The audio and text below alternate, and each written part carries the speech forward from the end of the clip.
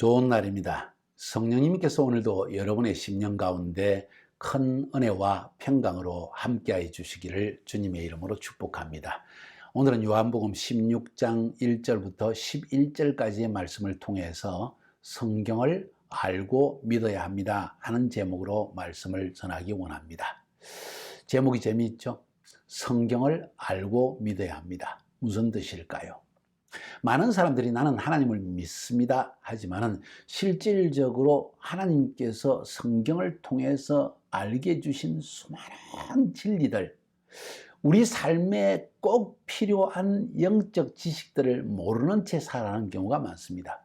그래서 때로는 두려워하지 않을 때 두려워하고, 두려워해야 할 때 두려워하지 않고, 근심하지 않아야 할 때 근심하고, 또 병들지 않아야 할 때 병들고, 이런 것들을 우리가 보게 됩니다. 성경을 안다는 것은 하나님을 아는 것입니다. 성경을 안다는 것은 어떻게 살아야 하는지를 아는 것입니다. 성경을 안다는 것은 하나님이 성령님을 통해서 어떻게 역사하신지를 알게 되는 것입니다. 오늘 성경에 보면 몇 가지 중요한 사실을 좀 더 구체적으로 말하면 세 가지를 말씀하고 있습니다. 예수님이 십자가에 못 박히기 전에 제자들에게 하신 말씀입니다.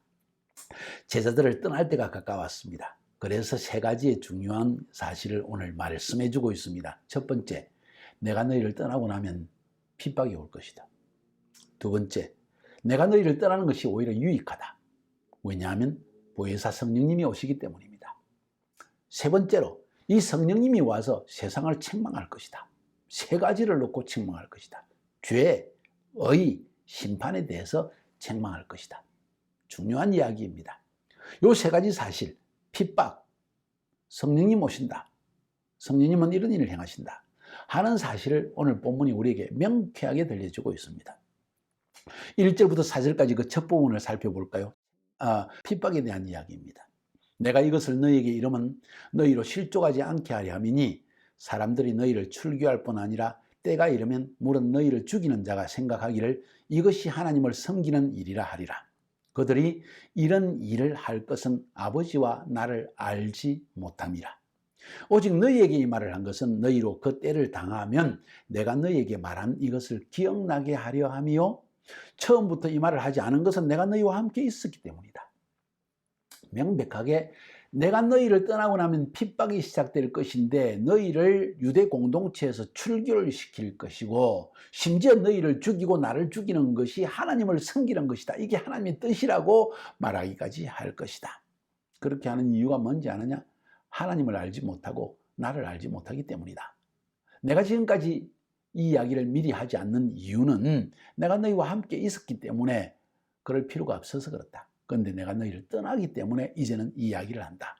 나중에 내가 너희를 떠나고 난 다음에 이런 큰 핍박이 오게 되면 놀라지 마라. 당연히 와야 할 것이 왔을 뿐이다. 세상이 나를 미워했으면 너희도 미워하는 건 너무나 당연한 것 아니냐? 나를 죽였다면 너희를 죽이려고 하는 것도 당연하지 않겠느냐? 자, 예수님 시대의 이야기입니다. 예수님 시대 유대 공동체의 가장 높은 지위에 있던 대제사장, 그리고 유대 공동체의 결정기관이었던 산헤드린이라는 오늘날로 하는 국회와 같은 그 기관, 공적으로 예수를 십자가에 죽이기로 결의를 합니다.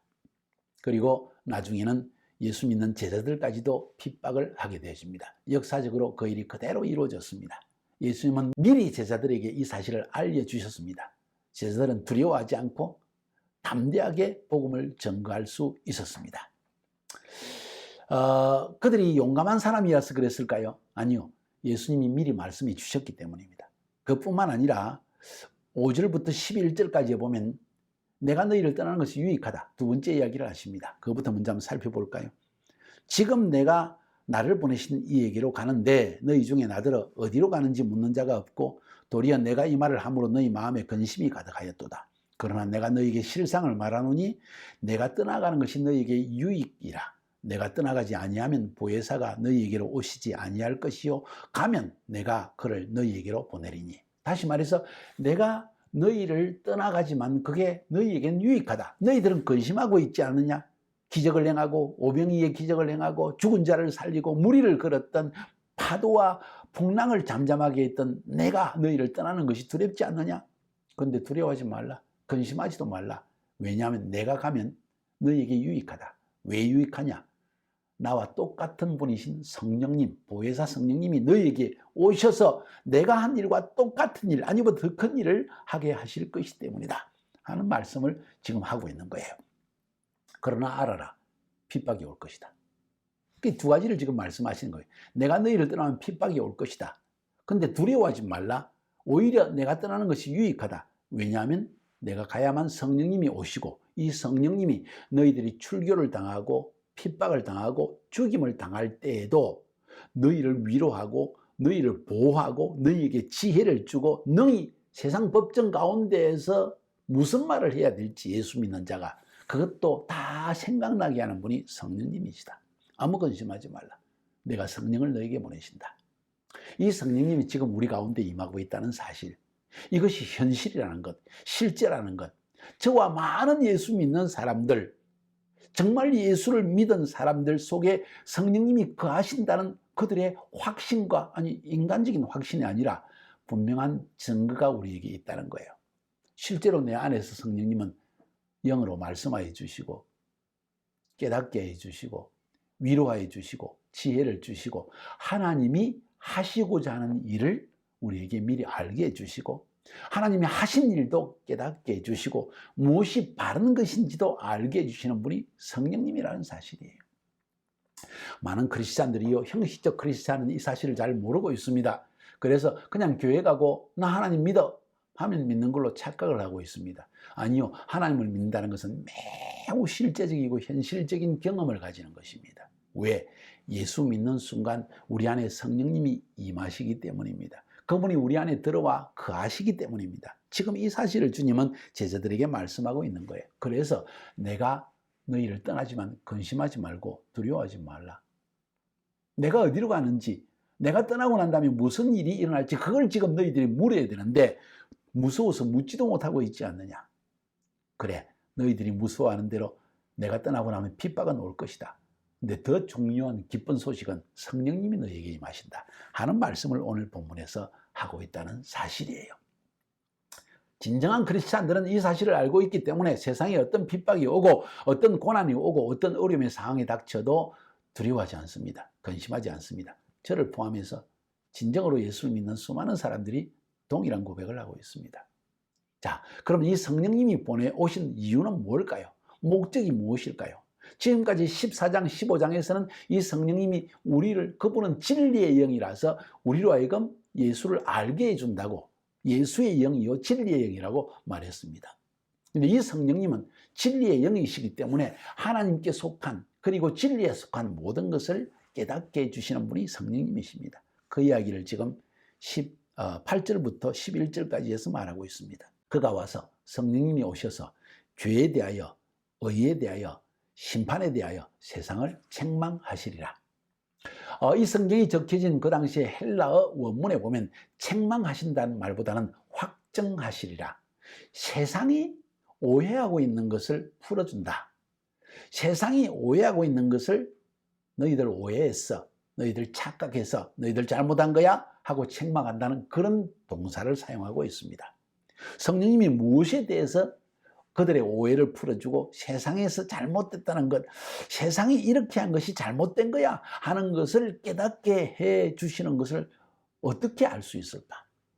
보십시오. 무엇에 대해서 책망하시고 무엇에 대해서 오해를 풀어주시느냐? 세 가지입니다. 죄, 의, 심판입니다. 좀 더 구체적으로 말하면 누가 죄인이며 무엇이 죄인가? 무엇이 의이며 누가 의인인가? 누가 심판자이며 심판을 받을 자가 누구인가 하는 사실을 성령님이 깨닫게 해주신다는 거야. 이 세상에서 우리가 바르게 살지 못하고 더러운 죄악의 길을 버리지 못하는 것은 하나님 앞에 진짜 이게 죄인가 아닌지를 모르기 때문입니다. 무엇이 바른 길인지를 모르고 있기 때문에 우리는 불의를 행하면서도 우리는 착각을 하며 사는 경우가 많이 있습니다. 참으로 심판을 받을 자가 누구이며 누가 우리를 심판할 것인가에 대한 정확한 인식과 지식이 없기 때문에 우리는 막연하게 두려워하며 사는지도 모릅니다. 그런데 이 모든 것을 깨닫게 해주는 분이 있다. 성령님이시다. 성령님이 오셔서 누가 죄인이며 무엇이 죄인지를 알게 해주신다는 겁니다. 예수님이 십자가에 못 박히기 전까지는 모든 인간이 죄인이었습니다. 우리가 죄를 지었습니다. 우리가 행하는 모든 일들이 죄였습니다. 그런데 예수님이 십자가에 못 박고 난 이후부터는 예수를 믿지 않는 것이 죄입니다. 이게 무슨 말인가? 예수 안 믿으면 다 죄인이란 말인가? 그렇습니다. 왜? 죄에서 벗어나지 못하기 때문입니다. 예수님이 십자가에 못 박혀 죽으신 것은 죄인들의 모든 죄를 대신 짊어지셨습니다. 다시 말해서 인류의 모든 죄악을 대신 짊어지셨습니다. 자, 좀 논리적으로 설명하면 우리 모든 인간은 죄인이었습니다. 완전한 의인은 아무도 없었습니다. 그런데 그 모든 인간의 죄, 인류의 죄를 예수님이 대신 싹 가져서 십자가에서 딱 죽으셨습니다. 죄가 있습니까? 없습니까? 없어야, 논리적으로는 없어야 맞죠? 죄는 여전히 우리에게 있습니다. 그러나 그 죄를 대신해 죽었기 때문에 이제는 그 예수님이 나의 죄를 대신해서 죽으셨다는 사실을 믿는 사람에게는 죄가 없임을 받고 의인이라고 칭함을 받는 은혜를 입게 됩니다. 그래서 예수 믿는 것이 은혜라고 이야기하는 것입니다. 믿는 것이 은혜입니다. 그런데 믿지 않는 것은 다시 말해서 내 안에 죄가 그대로 남아있는 거예요. 왜? 믿는 순간 내 죄는 예수님께로 전가되어서 십자가에 다 해결되어졌는데 믿지 않기 때문에 죄는 여전히 남아있습니다. 믿지 않기 때문에 죄인으로 그대로 칭함을 받는 것입니다. 그것을 깨닫게 하는 분이 성령님이라는 거예요. 내가 예수를 믿지 않는 것 자체가 죄인이구나 하는 사실을, 믿지 않기 때문에 이미 심판을 받게 됐다는 사실을 깨닫게 해주는 것이 성령님이라는 것입니다. 그래서 성령님이 임하기 전에는 우리가 예수를 믿을 수가 없습니다. 성령님이 임하는 순간 그분이 내 죄를 대신 짊어지고 십자가에 죽으셨다는 사실을 알고 믿게 되어집니다. 그래서 오늘 성경 제목을 성경을 알고 믿어야 합니다는 말씀을 한 거예요. 성령님이 이 일을 행하신다는 겁니다. 우리가 죄인 되었는데 예수님이 내 죄를 대신 짊어지고 죽으심으로 말미암아 이제는 의롭다함을 받았구나. 나는 죄에서 용서함을 받았구나. 그래서 이제는 믿지 않는 것이, 예수를 믿지 않는 것이 바로 죄다 하는 사실을 성령님이 깨닫게 해주신다는 것입니다. 두 번째 성령님이 하시는 일은 의에 대하여람은 내가 아버지께로 가니 너희가 다시 나를 보지 못하며, 이게 무슨 말일까요? 예수님이 십자가의 모든 죄를 짊어지셨지만 그는 죄가 없는 분이기 때문에 하늘나라에 가실 수 있습니다. 아버지께로 다시 간다는. 그래서 다시는 우리는 보지 못합니다. 예수님이 누구십니까? 그는 의 자체이십니다. 나는 길이요 진리요 생명이다 하는 말씀을 하신 것은 나는 의 자체이다는 겁니다. 유일하신 죄 없으신 의인이었습니다. 그분이 떠나고 없기 때문에 이제는 더 이상 보지 못합니다. 세상은 의인을 죽였습니다. 그리고 참 의를 볼 수가 없습니다. 여러분 좌우를 돌아보십시오. 정치, 경제, 교육, 문화 모든 사회 영역 속에서 인간 사회 속에 참된 의를 볼 수 있나요? 없습니다. 오직 하나님의 아들이시고 죄 없으신 예수 안에만 참된 의, righteousness가 존재한다는 것. 참 의인을 알기 원하십니까? 참 의의 길을 걸어가기 원하십니까? 의인을 따르기 원하십니까? 예수를 따라야 합니다.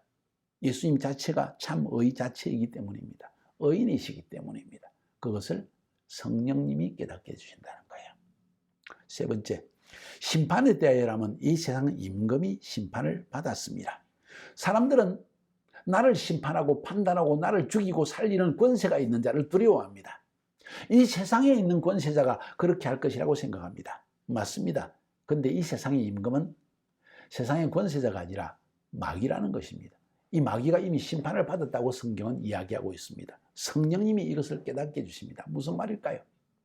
예수님이 십자가에서 우리 모든 죄를 짊어지시고 돌아가시는 순간, 우리의 죄를 대신 짊어지는 순간 죄로 인한 심판과 정죄와 모든 것을 대신 짊어지셨습니다. 형벌까지 대신 짊어지셨습니다. 십자가에서 가시멸관을 쓰고 못에 박히고 채찍에 맞으시고 부끄러움을 당하며 죽으신 그 자체는 죄로 인한 수치와 모욕과 심판과 형벌을 받으신 것입니다. 그 순간 마귀는 심판을 받았습니다. 왜요? 무슨 말일까요? 마귀는 죄가 있는 곳에 죄를 통해서만 인간을 정죄하고 심판할 수 있습니다. 그런데 인간의 모든 죄를 예수님이 대신 짊어지실 때 마귀는 그에 있는 모든 권세, 정죄와 심판의 권세, 죄로 인한 권세를 예수님께 쏟아부어서 마귀는 더 이상 권력이 이제 권세가 없습니다. 왜? 죄가 있는 곳에만 역사할 수 있기 때문에. 예수 믿는 사람에게는 이제 이 죄가 예수님께 전가되어져서 이제는 예수 믿는 것 자체 때문에 우리는 의롭다함을 받았기 때문에 마귀는 더 이상 우리를 정죄할 수 없습니다. 마귀가 이미 심판을 받아버린 겁니다. 그래서 이제 우리는 심판을 피한 자입니다. 다른 말로 표현하면 이제는 마귀를 두려워할 필요가 없다는 거예요. 우리를 심판할 자, 정죄할 자를 두려워할 필요가 있다. 왜? 우리는 비록 여전히 지금 죄성을 가지고 죄의 형태를 가지고 죄를 짓고 살아가고 있지만 예수님이 내 죄를 위해 십자가에 죽으신 그 사실 때문에 완전 자유함을 얻었고 죄사함을 얻었기 때문입니다. 그래서 우리는 더 이상 마귀를 두려워할 필요가 있고 세상의 정죄도 두려워할 필요가 없습니다.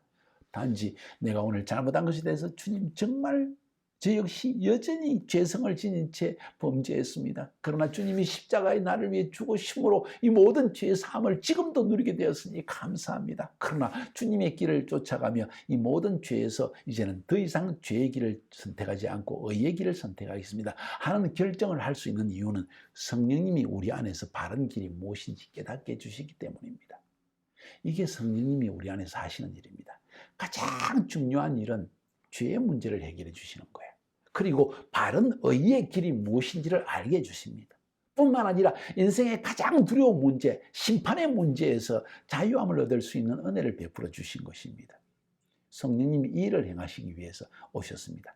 인생의 궁극적인 문제에 대한 답을 주시기 위해서 오신 분이 성령님이라는 것입니다. 오늘 이 성령님을 여러분 마음속에 초청하지 않겠습니까? 많은 예수 믿는 사람들 가운데 성경을 모르기 때문에 아무도 이런 사실에 대해서 말해주지 않았기 때문에 성령님에 대해서 무지한 경우가 너무나 많습니다. 성경을 알고 믿어야 합니다는 제목을 제가 단 이유는 바로 그것 때문입니다. 만약 여러분이 나 하나님 믿어, 교회 다니고 있어, 예배 드리고 있어 하는 것으로 만족했는데 오늘 이 설교를 들으면서 성령님이 누군지를 도저히 모르는 분이 있다면 한번 기도해 보세요. 무릎 꿇고 이렇게 기도합시다. 하나님, 저는 하나님을 믿는 걸로 생각했습니다. 그러나 성경을 통해서 하나님이 누구신지,